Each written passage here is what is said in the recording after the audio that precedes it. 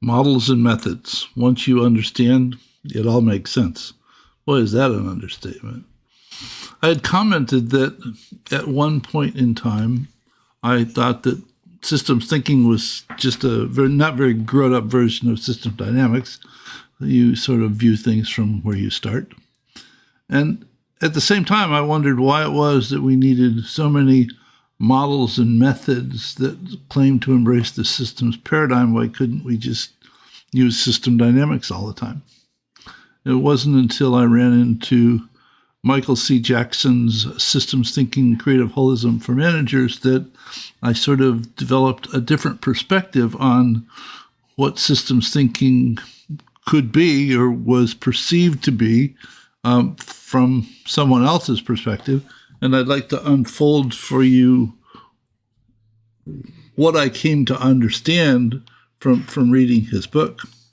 So that if you think about a system as being in one of two categories, it's either a simple system that you can conceive of designing and building, or it's an extremely complex system that you can't conceive of actually designing and building.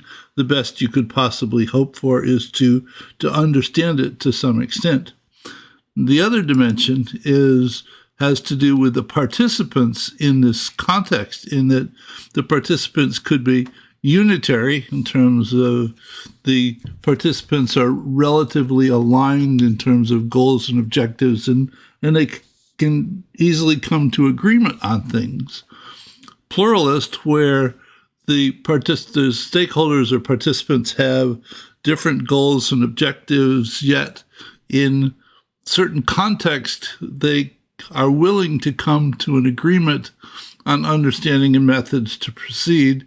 And then you have this category over here called coercive, where the participants will never agree on anything.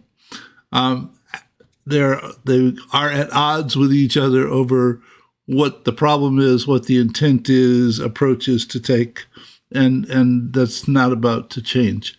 So with these two categories, there ends up being a 2x3 matrix. And in this category, simple unitary, hard systems thinking is an approach that makes sense, though there are multiple methods and models defined that are essentially hard systems thinking, such as operations research, systems analysis, and systems engineering.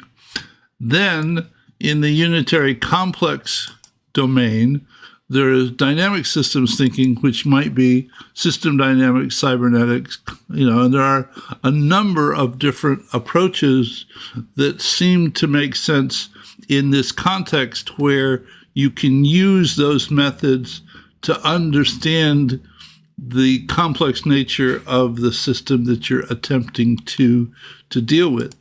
And then in the pluralist category, you have such things as appreciative inquirers, soft systems methodology, strategic assumptions and surfacing and testing, a number of approaches that are used to help the participants come to an understanding of what it is that they're wrestling with, an agreement, so that once you come to an understanding in this domain, you might move to the left.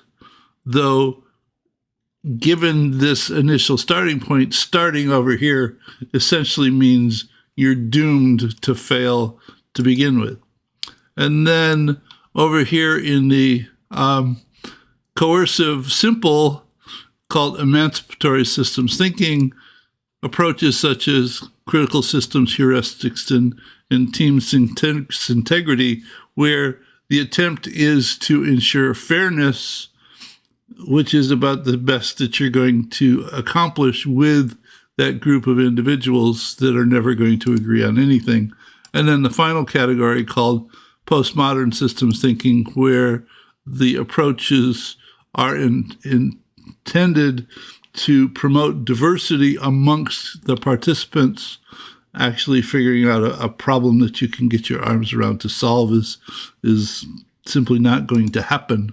And then what Jackson recommended was a approach called critical systems thinking, which was an integration across all of these categories to actually use the right method in the right context based upon the nature of the system and the participants to actually move toward dealing with the situation. And it was this 2x3 matrix that gave me an understanding of why different approaches were appropriate for different contexts, and got me to a point of saying, I'm just not smart enough to learn and become fluid in a half a dozen different models and methods. I've been having enough trouble wrestling with just system dynamics. So what am I going to do about this? And that was the time that I finally arrived at the realization that all of these different models and methods are simply about attempting to understand relationships and their implications. I don't care what the approach is, the intent is always the same. Understand the relationships and their implications, and shortly after that arrived this approach to developing understanding through the question of and you can read that in the musing that I published a couple of weeks ago, and the link is in the See Also section of this musing. So hope you found this of some interest. Bye.